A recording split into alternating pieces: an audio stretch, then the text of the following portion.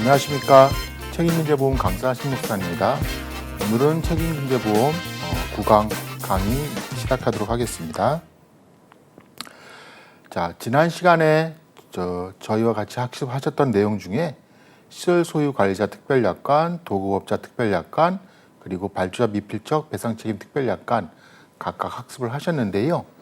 자, 이번 시간에는 요 세 가지 특별약관의 차이점, 이 부분에 대해서 좀 제가 사례 문제랑 같이 해서 좀 더 이해를 할 수 있게끔 제가 준비를 좀 했습니다.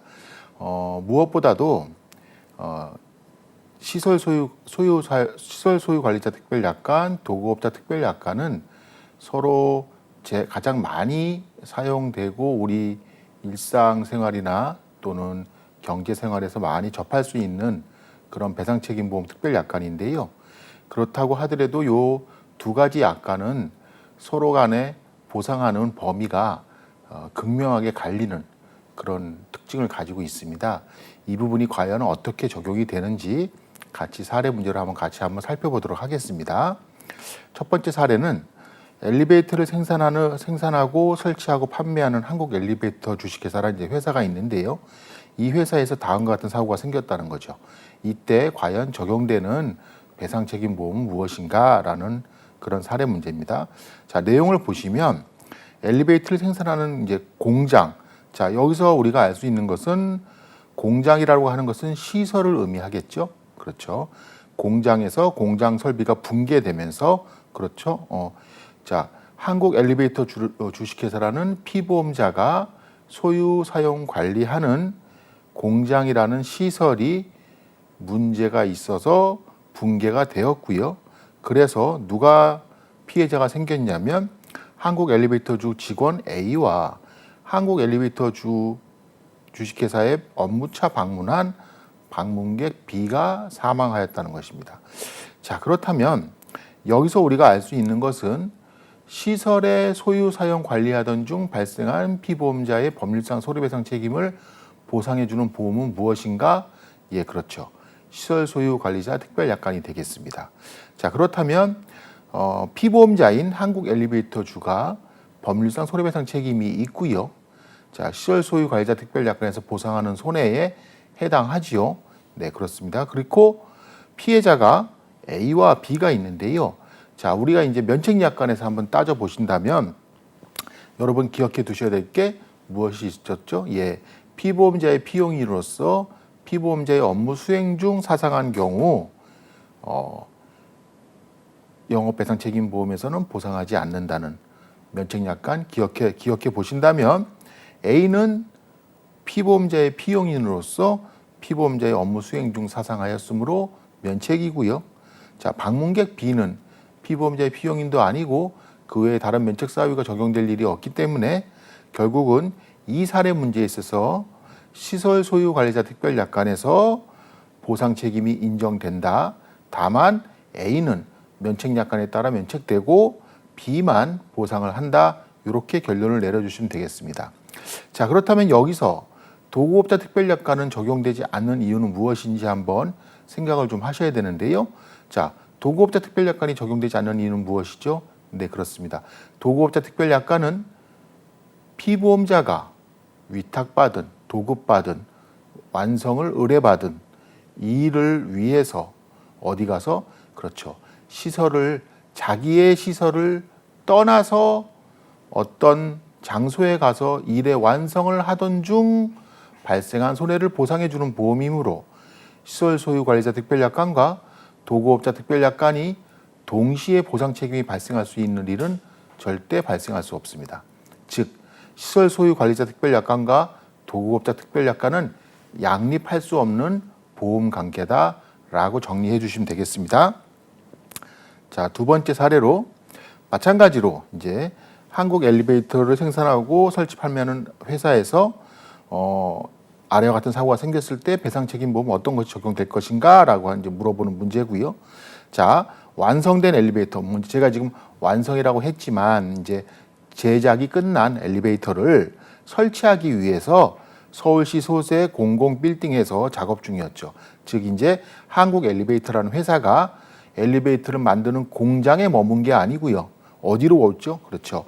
서울시 소재 공공빌딩으로 외부로 나와 있습니다. 그래서 이때 엘리베이터 작업, 설치 작업을 하던 직원 A의 실수로 엘리베이터가 설치 중인 엘리베이터가 추락하면서 공공빌딩 직원 B가 사망하였다는 사례입니다. 자, 이때는 어떻죠? 예, 그렇습니다. 일의 완성을 위해서 어떤 작업을 하던 중 피보험자가 법률상 손해배상 책임을 부담하는 경우입니다. 즉, 시설 소유 관리자 특별약관하고는 관련이 없는, 그렇죠? 시설 및 시설의 소유 사용 관리와 그 시설에 관련된 업무 수행이 아닙니다. 이거는 시설을 떠나서 새롭게 다른 업무, 즉 도급 업무를 하던 중에 법률상 손해배상 책임이 생겼고 그에 따른 보상 책임이 있는가 없는가 하는 부분을 물어보고 있는 사례이기 때문에 자, 이 경우에는 도급업자 특별약관에서 보상을 해주되 다만 공공빌딩 직원 B라고 되어 있지 않습니까? 피해자가 자, 공공빌딩 직원 B는 한국 엘리베이터의 직원이 아니므로 피보험자의 피용인에 해당하지 않습니다. 따라서 도급업자 특별약관에서 공공빌딩 직원 B의 사망에 대한 손해를 보상해 주면 되겠습니다. 다시 한번 정리하면 도급업자 특별약관의 피보험자인 한국 엘리베이터 주가 법률상 손해배상 책임을 부담하고 있고요. 거기에 보상하는 손해에 해당하므로 그렇죠. 피해자 B에 대한 손해를 해당되는 배상책임보험인 도급업자 특별약관에서 보상하면 되는 것입니다. 자, 세 번째 사례는 이제 조금 내용이 달라졌는데요. 자, 이 부분은 이제 발주자 미필적 배상책임 특별약관이 어떻게 적용되는가 하는 부분을 제가 말씀드리기 위해서 준비했습니다. 자, 같이 한번 보시면 자, 공공아파트 주택 재건축 조합에서 이제 뭘 발주했죠? 그렇죠. 아파트 재건축 공사, 이제 새로 아파트를 이제 기존의 아파트는 허물고 새로운 아파트를 짓는 것으로 공사를 발주를 했고요. 그 공사는 A건설사가 맡았어요. 자, 그렇다면 공공아파트 주택 재건축 조합은 발주자고요. A건설 회사는 도급업자고요. 이 말을 바꿔서 또 표현한다면 공공아파트 주택 재건축 조합은 도급인이고요. A건설회사는 수급인이 되겠습니다. 그렇죠? 자, 그런데 이제 아파트 완공을 빨리 해서 이제 우리 조합원들이 입주를 해야 되는데 이 자꾸 지금 공사가 지연됐어요. 여러 가지 사정, 뭐 여기 지금 제가 코로나라고 써놨는데요. 예, 뭐 어쨌거나 그러니까 이제 아파트 재건축 조합 발주자가 어떤 일을 시켰냐면 하루에 한 층씩 올려라. 굉장히 무리한 요구를 한 거죠. 근데 처음엔 거절했는데 공사 대금 지금 못하겠다. 제대로 약속을 이행하지 않았으니까 뭐 이런 식으로 말이 나오니까 어쩔 수 없이 무리하게 작업을 하던 중에 결국은 신축 중인 아파트가 무너지면서 A건설사 직원 B와 작업 현장 옆 인도를 보행 중이던 보행인 C가 사상한 사고가 발생했고요. 자, 이 사고를 조사를 해보니까 공공아파트 주택 재건축 조합의 책임이 50%가 있고 A건설사 책임이 50%가 있게 됐습니다. 자, 그렇다면 이제 여기서 우리가 알 수 있는 것은 자, 발주자 미필적 배상책임 특별약관의 필요성 뭐라고 말씀드렸죠? 그렇습니다. 발주자가 부담해야 할 법률상 손해배상 책임을 누구에게 도급업자에게 전가시켰을 때 이때 도급업자는 계약상 가중책임은 면책이라는 약관 규정에 따라서 본인이 가입한 도급업자가 가입한 도급업자 특별약관에서는 보상해 줄 수가 없는 문제가 생겼고요. 이를 해소하기 위해서 도급업자인 A건설회사를 계약자로 하고 발주자인 공공아파트 주택 재건축 조합을 피보험자로 하는 보험을 가입하면 되는 것으로 해결 방안을 만들었다고 했지 않습니까? 그때 그 보험이 바로 발주자 미필적 배상책임 특별약관이고 이 특별약관에 보상하는 손해는 피보험자인 발주자가 부담하는 법률상 손해배상 책임을 보상하지만 다만 면책약관에 어떤 내용이 있었죠? 그렇습니다. 발주자로서 지시 감독에 따른 법률상 손해배상 책임만 이 담보에서 보상하는 것이지 그 발주자가 고유로 책임을 지는 뭐 예를 들면 아파트 주택 재건축 조합 뭐 시설 사무실 안에서 어떤 문제가 생겼다든지 뭐 이런 것들은 이 담보에서 보상해 주지 않는다는 거죠. 자, 그런데 지금 이 사례에서는 분명 발주자의 지시 등에 관한 문제가 있어서 분명 책임이 50% 있다고 지금 제가 문제 조건을 제시해 드렸지 않습니까? 따라서 이 경우에는 지금 법률상 손해배상 책임이 공공아파트 주택 재건축 조합에게도 있고요. A건설사에게도 있게 됩니다. 따라서 A건설사 입장에서는 도구업자 특별약관에서 보상을 하면 되겠고요. 자, 아파트 주택 재건축 조합 입장에서는 발주자 미필적 배상 책임 특별약관에서 보상을 하면 되는 것입니다. 자, 그런데 지금은 피해자가 2명이 또 있습니다. 누가 있냐면 A건설사 직원 B와 보행인 C예요.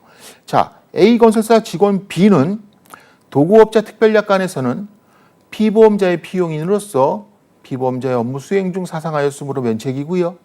자, 발주자 미필적 배상 책임 특별약관에서는 어떤 면책 사유가 있죠? 이 공사에 참여하는 모든 근로자, 그렇죠. 발주자인 발주자인 피보험자의 근로자뿐만 아니고요. 해당 공사에 참여하는 하수급인을 포함한 수급인, 하수급인 등의 근로자들도 모두 면책으로 하고 있어요. 이 약관 고유 면책 사유 다시 한번 좀 기억해 주시기 바라겠습니다. 따라서 도구업자 특별약관이 되었건 발주자 미필적 배상 책임 특별약관이 되었건 어디가 되었던 간에 A건설사 직원 B는 면책입니다. 네.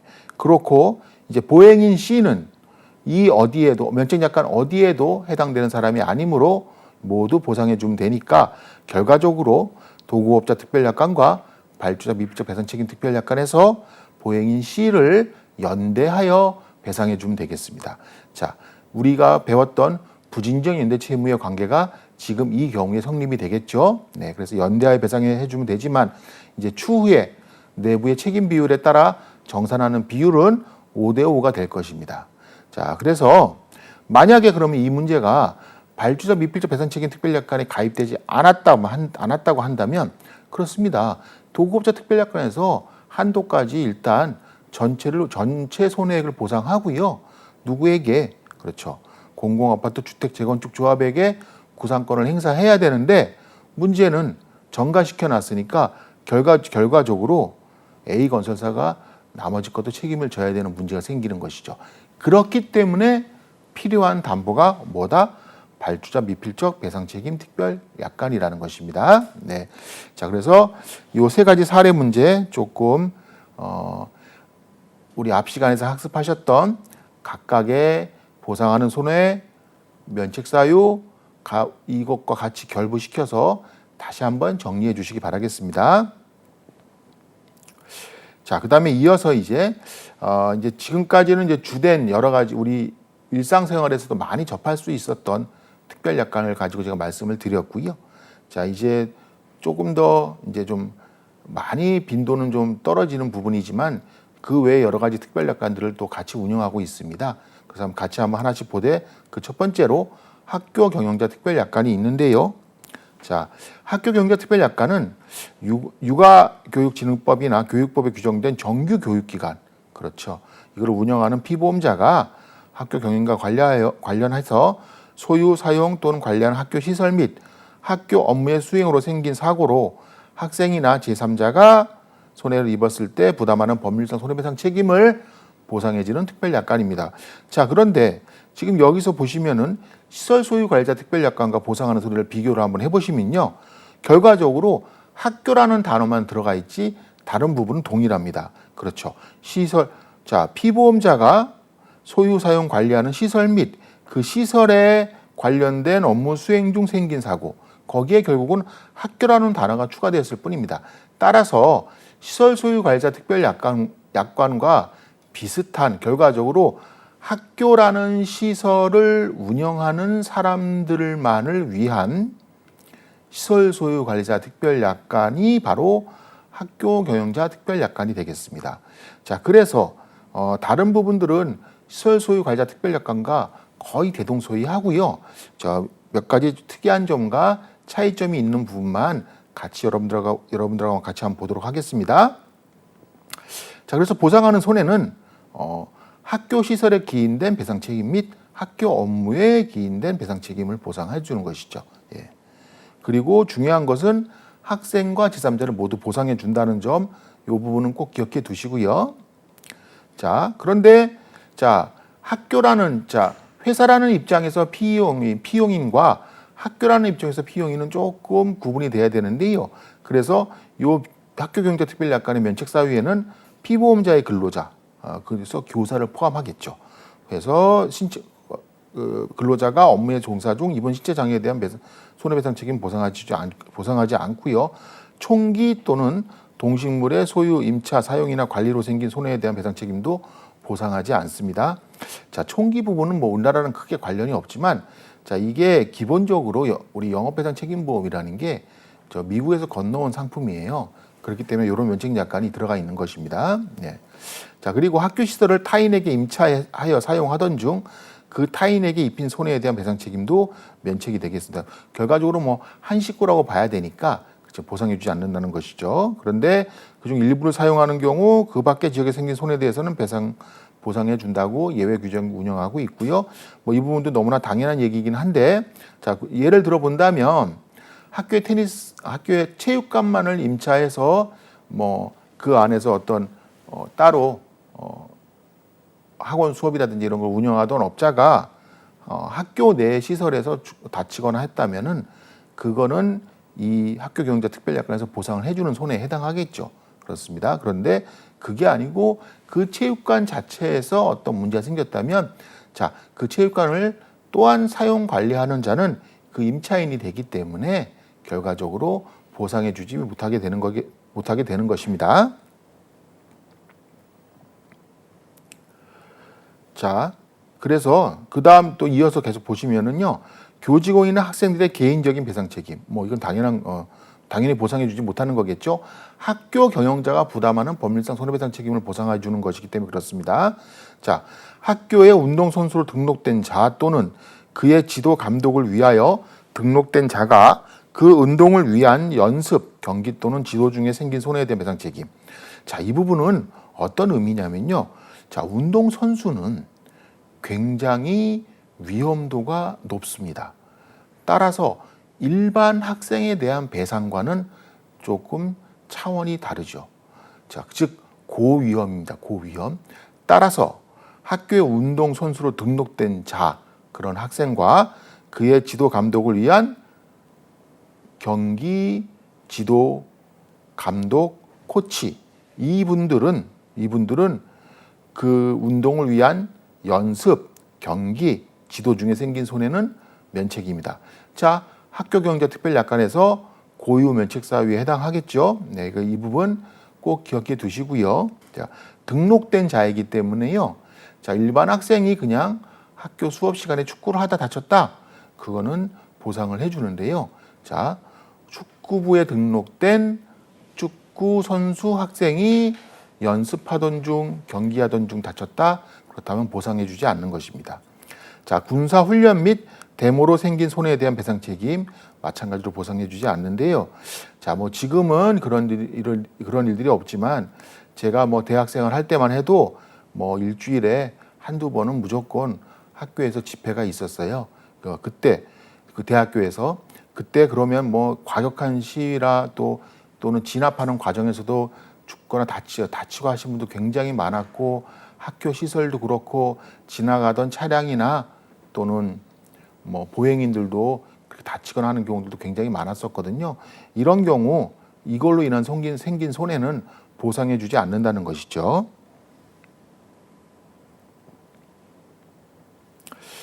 자, 그래서 학교 경영자 특별약관에 추가할 수 있는 담보가 군의 치료비 특별약관, 이건 제가 이제 가로 쳐놨는데요.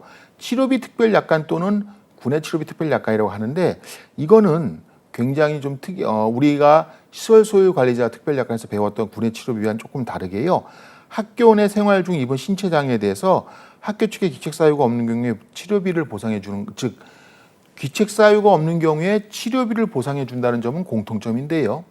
군의 치료비 추가 특별약관은 모든 제3자를 대상으로 하는 데 비해서 요 학교경영자 특별약관의 치료비 추가 특별약관은 오직 학생만을 대상으로 합니다.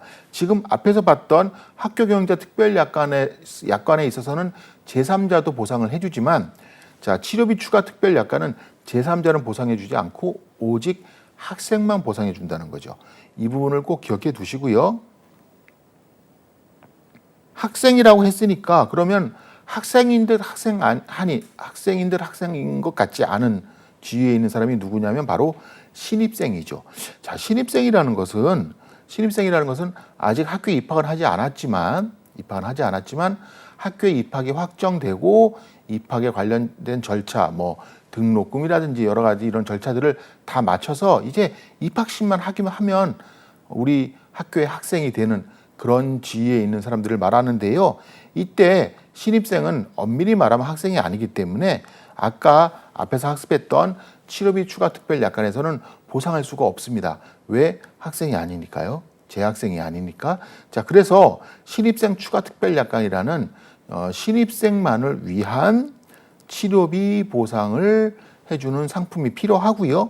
그래서 학교경영자 특별약관에 가입하면서 이 추가 특별약관을 같이 가입을 하면 입학식 이전에 학교에서 주최하는 학교 행사에 참석 중, 그런데 조건은 반드시 학교 측의 인솔이 있어야 되고 학교 행사에 참석하기 위해서 이동하거나 학교 행사 종료 후 이동하는 동안은 제외되고, 즉 학교 행사 안에 행사 중이어야 되고 학교 측의 인솔이 있어야 되고, 그래서 그로 입은 신체 장애에 대한 치료비를 보상해 주는데 결과적으로 학교 경영자가 법률상 손해배상 책임이 없을 때 학교 행사 중 신입생이 죽거나 다치는 경우가 생긴다면 거기에 해당되는 치료비를 이 담보에서 보상해 주는 것입니다.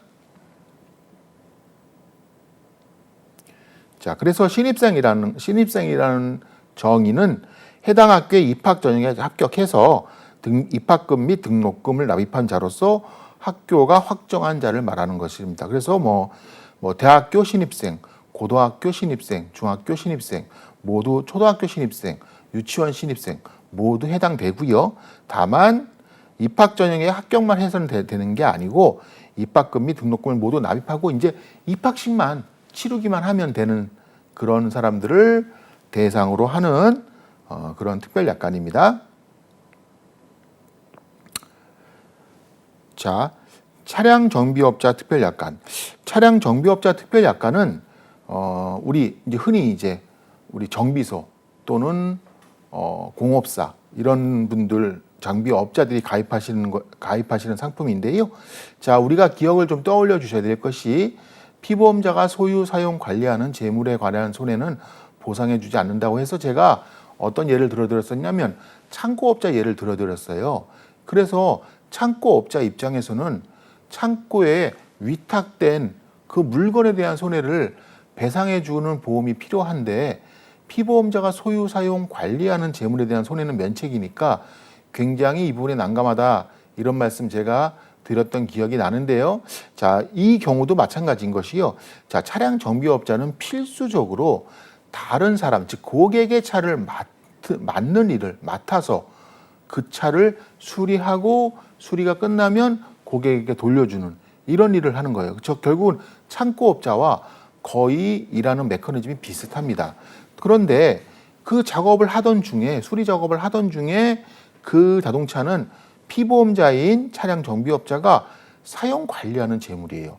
그래서 이 재물에 입힌 손해는 보상해 줄 수가 없다는 그런 문제가 있는데, 자, 창고업자와 마찬가지로 차량 정비업자 특별약관에서도 이 경우에는 예외적으로 자, 다른 사람의 재물을 위탁받는 게 본질적인 업무이기 때문에 예외적으로 이런 경우에는 보상을 해줍니다. 물론 뭐 신체 손해사상사 영역에서는 발생한 일이 아니긴 하지만 이 부분은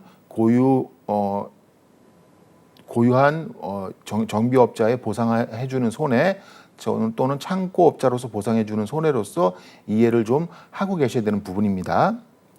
자, 그래서 주요 면책 약관은 이륜 자동차의 도난으로 생긴 손해에 대한 배상 책임 면책이고요.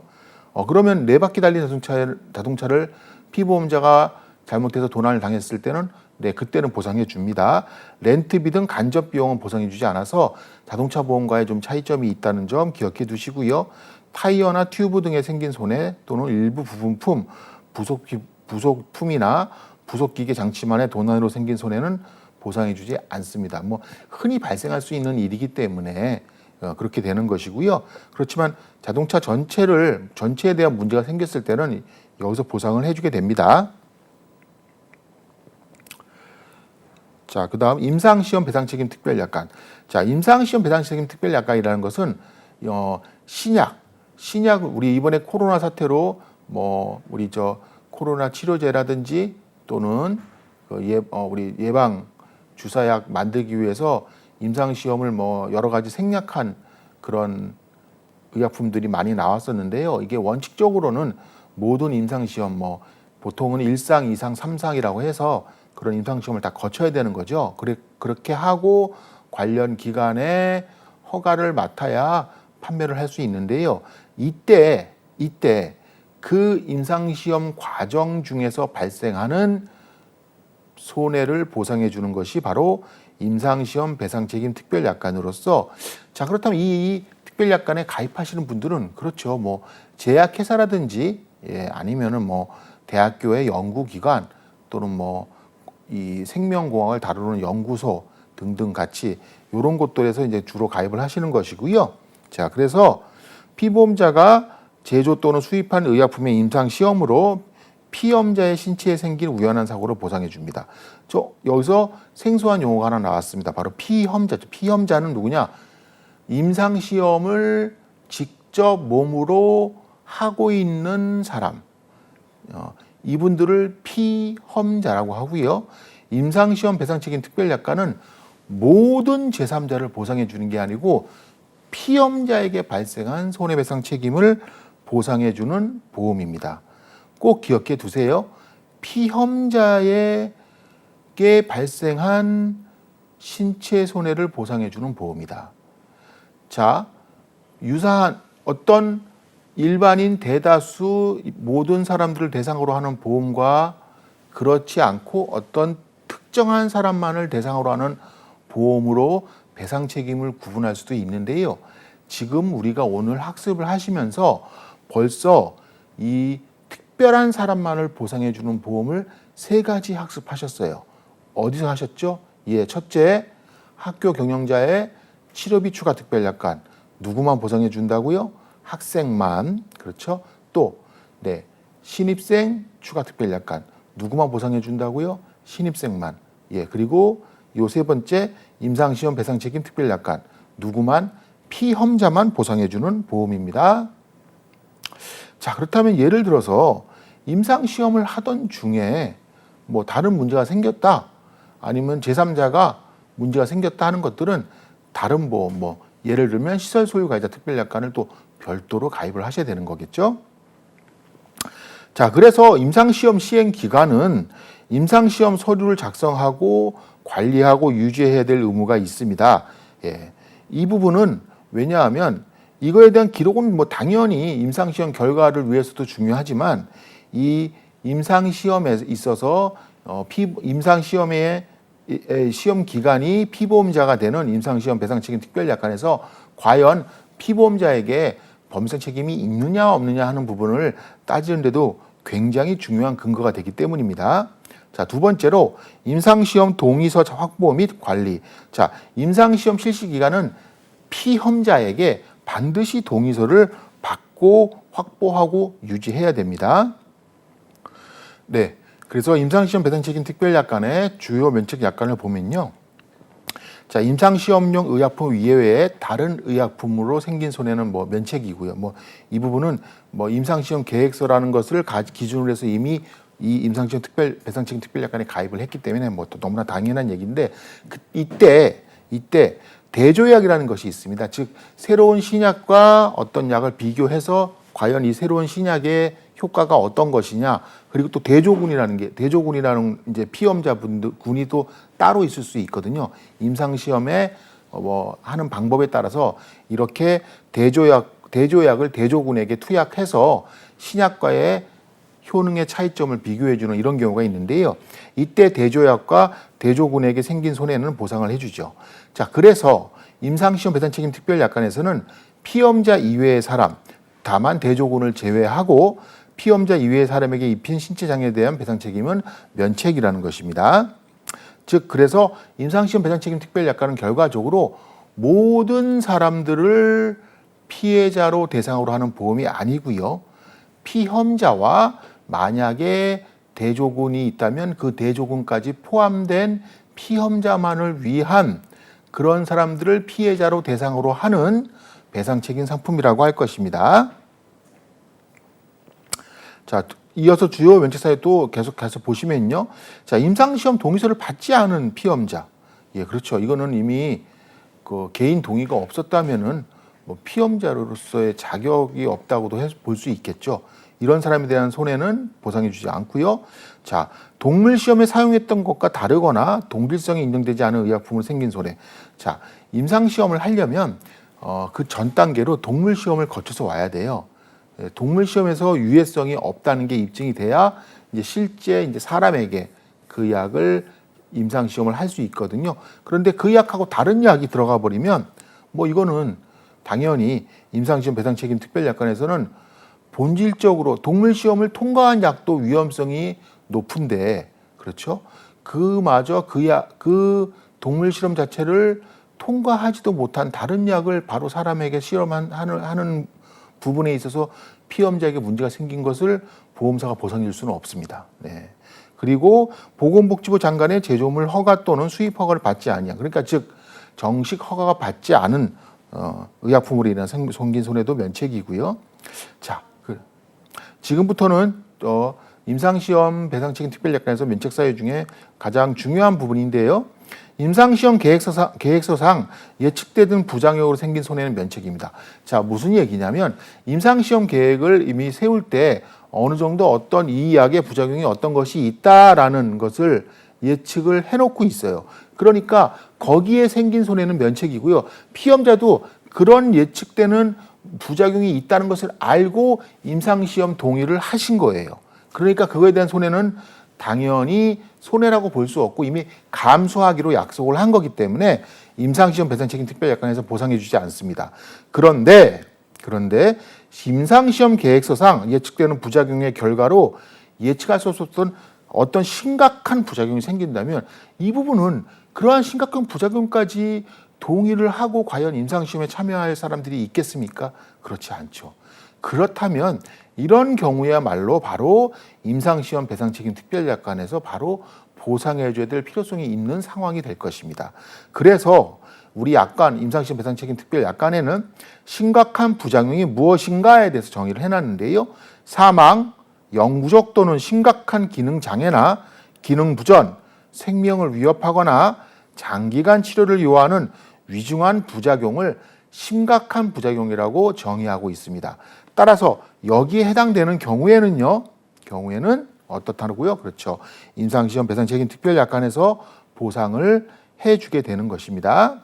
자, 이 부분을 좀 학습을 제가 좀 강조해서 말씀을 드리는 이유는 자, 여러분들이 지금 준비하고 있는 신체 손해 사정사라는 시험 자격사 시험 자체에 대해서 그 부분으로만 접근을 한다면 여태까지 지금 기출의 내용으로 보았을 때, 기출 문제 내용으로 보았을 때 아직까지 출제가 안 된 영역이고요.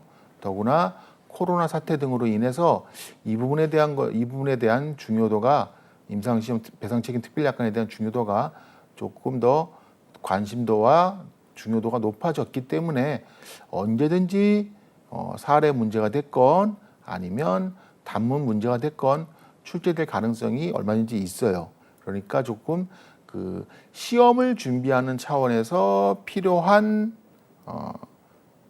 특별약관이다. 이렇게 이해해 주시고 좀 학습에 집중해 주셨으면 좋겠습니다. 특히 뭐 심각한 부작용이 무엇인가, 주요 면책 사유 중 임상시험 배상 책임 특별약관의 고유한 면책 사유를 약술하시오 뭐 등등 이런 식으로 해서 문제가 얼마든지 출제될 수가 있습니다. 자, 그다음 자, 건설기계업자 특별약관. 자, 건설기계업자 특별약관이라는 것은 건설기계를 소유 사용 관리하는 업주가 가입하는 배상책임보험이에요. 자, 그런데 건설기계라는 게 두 가지 종류가 있는데요. 자, 건설기계 관리법상 적용하는 건설기계들은 이제 일반적으로 모든 건설기계는 건설기계 관리법에 적용을 받습니다. 그래서 그 뭐 건설기계를 구입하거나 등록하거나 관리하거나 아니면 뭐 점검을 받거나 이런 것들에 대한 것들은 모두 건설기계 관리법에 따라 처리를 합니다. 자, 그런데 우리의 자동차 손해배상법이라고 해서 손해배상보장법이라고 해서 자동차에 대한 사고에 대해서는 특별히 민법상 책임뿐만 아니고 운행자 책임이라는 특별법상 무과실 책임을 부과하는 그런 특별법이 바로 자동차 손해배상보장법인데요. 이 법에 따르면 건설기계 관리법에 상에 적용을 받는 건설기계 중에서 9개의 건설기계하고 자동차 관리법상 적용을 받는 모든 자동차는 자동차 손해배상법에 따라서 의무보험에도 가입해야 되고 운행자 책임이라는 무과실 책임을 지기도 하고 또한 뭐 피해자 보호를 위한 여러 가지 제도들이 운영되고 있고 이렇게 자동차 사고에 대해서 특별히 피해자를 보호하기 위한 제도를 운영하고 있는데요. 이때 9가지의 건설기계는 비록 건설기계 관리법에 적용을 받지만 자동차 손해배상보장법에 따라서 이 자동차와 같이 취급을 합니다. 따라서 이 9개의 건설기계들은 비록 몸은 건설기계이지만 보험은 자동차 보험을 가입하셔야 돼요. 그런데 그 모든 건설기계 중에서 9개의 건설기계를 제외하고 나머지 건설기계들은 바로 이 건설기계업자 특별약관에 가입하시면 되는 겁니다. 네. 그래서 같은 건설기계 관리법을 적용을 받는 건설기계이지만 자동차 손해배상보장법에 따라 적용된 9가지의 건설기계는 건설기계업자 특별약관에 가입할 수 없고요. 그 9가지를 제외한 나머지 건설기계들은 건설기계업자 특별약관에 가입을 하면 됩니다. 자, 그래서 우리가 흔히 제일 많이 볼 수 있는 건설기계업자 특별약관의 가입 대상자는 우리 타워 크레인 같은 요런 건설 기계들도 여기에 가입 대상이세요. 자, 그런데 불도저라든지 덤프 트럭 같은 이런 건설 기계들은 자동차 보험 가입 대상이세요. 그러니까 같은 사고가 났어도 어떤 피해자는 그러니까 건설 기계가 어떤 종류인에 따라서 자동차 보험으로 보상을 받으실 수도 있고 이 건설 기계업자 특별약관으로 보상을 받으실 수도 있습니다. 자, 주요 면책 사유로는요. 중기 자체, 즉 건설기계 자체의 결함으로 생긴 손해로서 중기 제작자, 건설기계 제작자에게 배상 책임이 있는 손해는 여기서 면책인데요. 자, 이 말씀은 너무나 당연한 얘기이긴 하지만 자, 상대방과의 즉 중기 제작자, 건설기계 제작자와 건설기계 업자와의 다툼을 미리 다시 한번 확인해 주기 위해서 면책약관으로 가지고 있는 것이고요. 자, 통상적인 중기의 용도에 따르지 않은 작업이나 중기에 허용된 사용 능력을 뚜렷이 초과하여 사용함으로써 발생된 손해에 대한 배상 책임은 면책입니다. 자, 중기를 타워 크레인으로서의 용도만 사용해야 되고요. 그렇죠? 기중기라면 기중기의 용도로만 사용해야 되고요. 그렇죠? 그런데 그걸 다른 용도로 사용하던 중에 생긴 손해는 당연히 면책인데, 자, 이게 건설기계 중에서 흔히 발생하는 문제가 어떤 게 있냐면요. 자, 예를 들면 덤프 트럭을 가지고 물건을 실어 나르고 붓고 하는 데만 사용해야 되는데 다른데 이거를 쓴다든지 그 덤프 트럭을 올려서 뭐 사다리로 사용해서 사람이 올라가게 했다든지 그러다가 사람이 떨어졌다든지 이런 것들은 해당 덤프 트럭이라는 중기의 용도에 따르지 않은 것이죠. 그렇죠. 그 다음에 중기에 허용된 사용 능력. 예를 들면 타워 크레인이 한 번에 1톤까지만 옮길 수 있는데요. 예를 들어서 뭐 2톤짜리를 한 번에 나르다가 그 타워 크레인이 문제가 생겨서 다른 사람이 죽거나 다치는 일이 생겼다? 그렇다면 여기서 면책인 거죠. 자, 그런데 이제 예외 사유가 피보험자가 손해 발생의 원인이 사용 능력의 초과와 무관함을 입증할 때는 보상한다. 즉, 자, 1톤까지 옮겨야 되는 타워 크레인에서 2톤짜리 물건을 옮기다가 사고가 났는데 사실은 사고의 원인이 그 2톤을 옮기던 그 물건의 무게 때문에 생긴 게 아니고 애초에 1톤을 옮겼더라도 이런 사고는 생겼을 것이다라는 걸 입증을 하면 보상이 가능한 것입니다. 이때 입증 책임은 피보험자인 건설 기계업자가 부담하는 것이죠. 자, 그리고 지하 매설물로 생긴 손해 면책이고요. 자, 주차장업자 특별약관. 자, 우리가 뭘 배웠죠? 그렇죠. 정비업자 특별약관 학습을 하셨는데요. 정비업자와 주차장업자, 창고업자 다 비슷한 사람이라고 말씀드렸죠. 어떤 점에서 비슷하다고요? 네, 그렇습니다.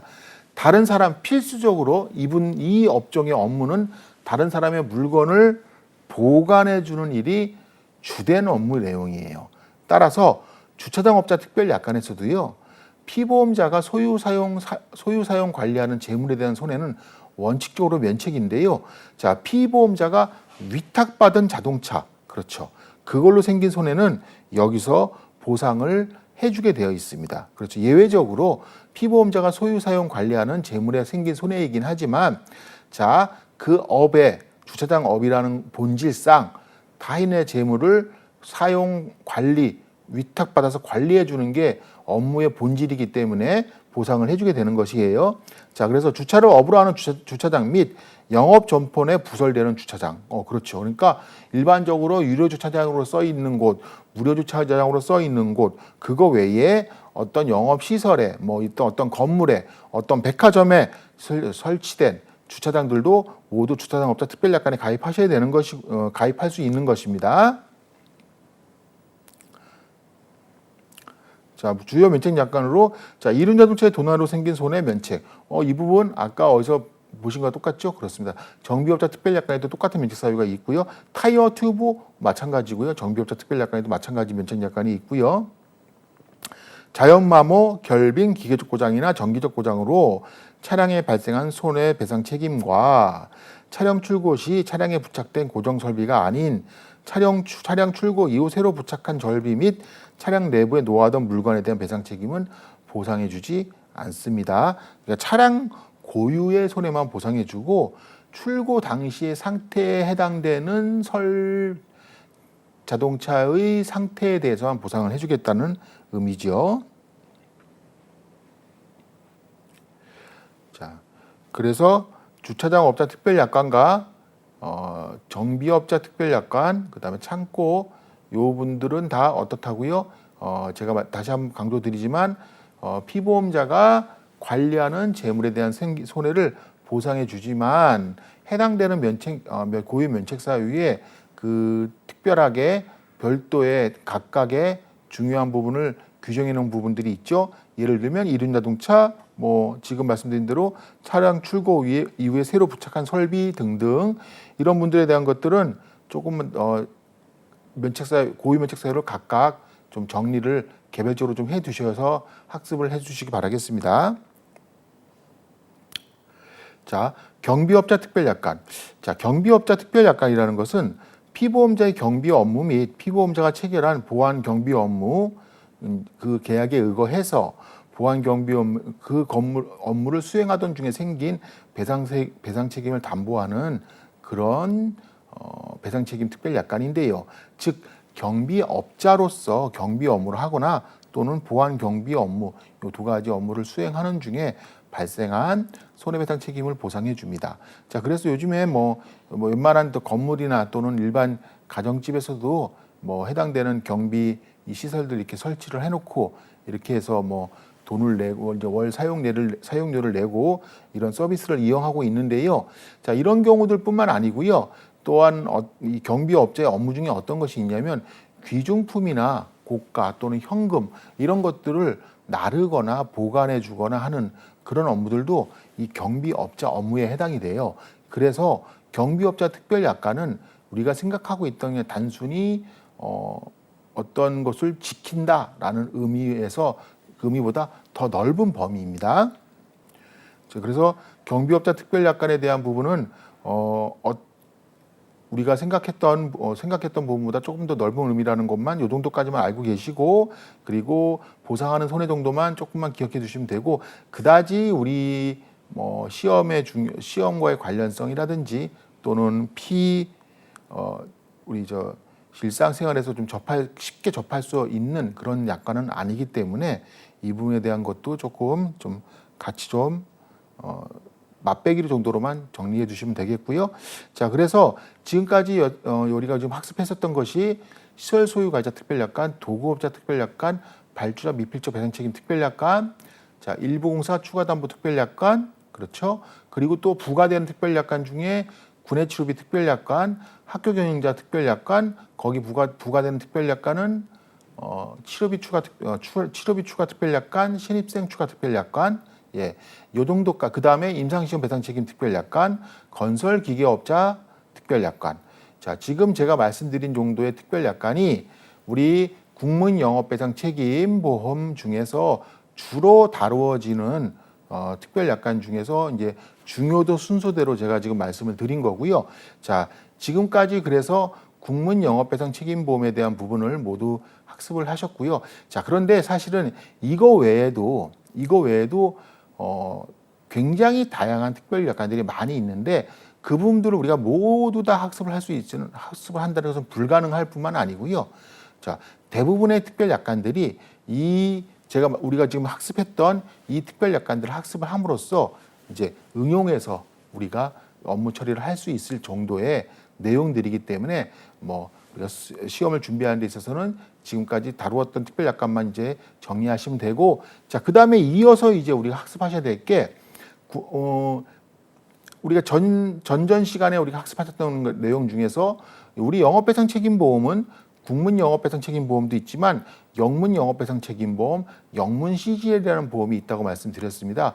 그래서 국민 영업배상 책임이 됐건 영문 영업배상 책임보험이 됐건 뭐 둘 중에 하나 선택해서 이 계약자 또는 피보험자가 선택해서 가입을 할 수 있는데 그 가입하는 부분은 본인의 선택이고 어떤 것을 가입하는가 하는 것은 큰 차이가 없다고 말씀을 드렸는데요. 자, 그렇다면 이제 지금까지 학습하신 국민 영업배상 책임보험과 이제 달리 우리는 이제 이어서 영문 영업배상 책임보험 학습을 하셔야 되는데요. 자, 영문 영업배상 책임보험은 국민 영업배상 책임보험과 조금 체계가 다릅니다. 자, 국민 영업배상 책임보험은 어떻죠? 네, 그렇습니다. 국민 영업배상 책임보험은 국민 영업배상 책임보험 보통약관 플러스 내가 필요로 하고 원하는 특별약관 내지 추가 특별약관. 자, 특별약관 내지 추가 특별약관을 선택해서 가입하시는 거죠. 자, 아까 우리가 사례 연습을 하셨던 그 엘리베이터 업체 기준으로는, 자, 그 엘리베이터 업체는 만약에 엘리베이터를 생산만 하고 판매만 하고 설치하는 일을 하지 않아요. 자, 그렇다면 도구업자 특별약관을 가입할 필요가 있습니까? 없습니다. 그렇죠. 그런데 제가 사례로 들었던 그 사례 예시에서는 설치하는 일도 같이 하는 업체였어요.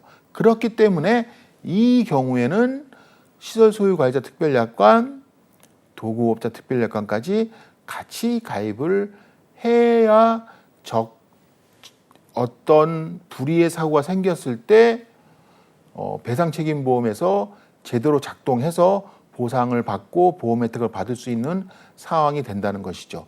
자, 그리고 일반적인 시설이라면 시설 소유 관리자 특별약관을 가입하는 것인데 그렇지 않고 어떤 시설? 예, 학교 시설이라면 학교 경영자 특별약관에 가입해야 되는 것이고요. 그렇죠? 자, 그러니까 이런 부분들은 국민약관은 해당되는 특별약관을 뽑아서 선택해서 어떻게 해요? 네, 마치 주문형 피자를 만들듯이 하나씩 끼워 넣어서 상품을 완성해서 하나의 보험 상품을 하나의 증권으로서 보험 상품을 가입하게끔 운영하는 운영을 하고 있습니다.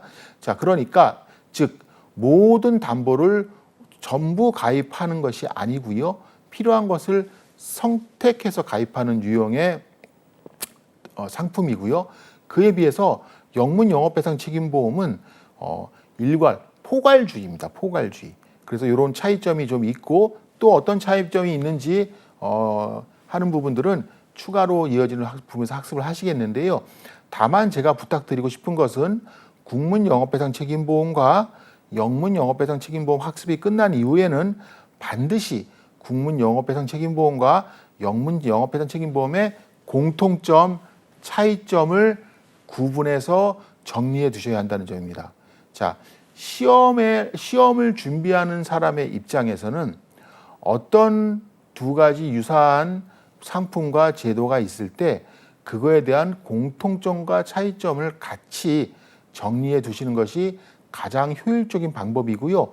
또 실제 시험을 출제하시는 분 입장에서도 어떤 유사한 상품이 두 가지가 있을 때 이 두 가지 상품 또는 두 가지 제도 이런 것들을 비교해서 약수를 하라고 하는 문제를 출제하는 것이 또한 가장 출제하는 사람의 입장에서도 효율적인 출제 방법이기 때문에 항상 이런 부분들을 같이 비교해서 학습을 하셔야 되고 또한 자, 모든 보험 상품들은 기본적으로 배상 책임 보험에 있어서는 피보험자와 보험사를 제외한 제3자를 보상해 주지만 어떤 특별한 배상 책임 보험은 어떤 특별한 특정 사람, 특정 군, 특정인만 보상해 주는 보험이 있다는 점도 이런 것들도 굉장히 중요한 학습 포인트세요.